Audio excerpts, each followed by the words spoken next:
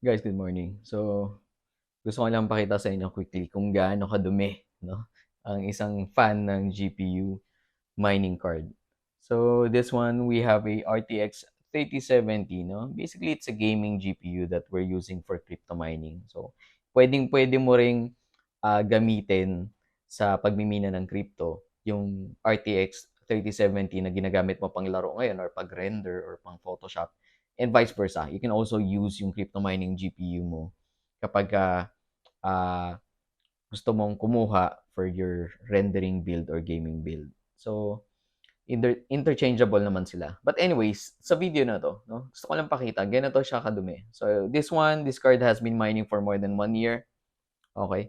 Ganyan karami yung dust buildup niya. So, basically, I think ito is nasa open type ng structure. So, nasa building ito. Wala ito sa residential application. Because I've seen yung residential mining cards.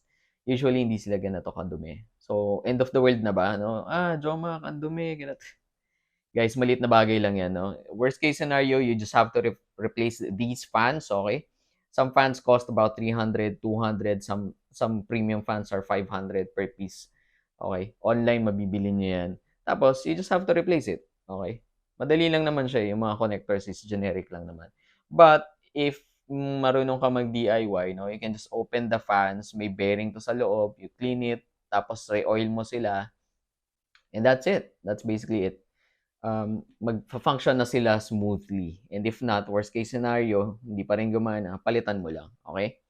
Now, for the GPU die naman, repaste lang naman to and repad. So, just be sure, no, when you're pasting the GPU, wag masyadong lagpas, no, yung talagang umaapaw yung thermal paste dito. Parang CPU lang din, no, ang paglalagay nun. And, take note of the measurement ng thermal pads.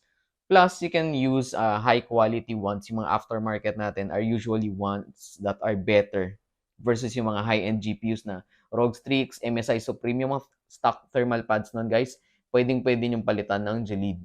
Okay?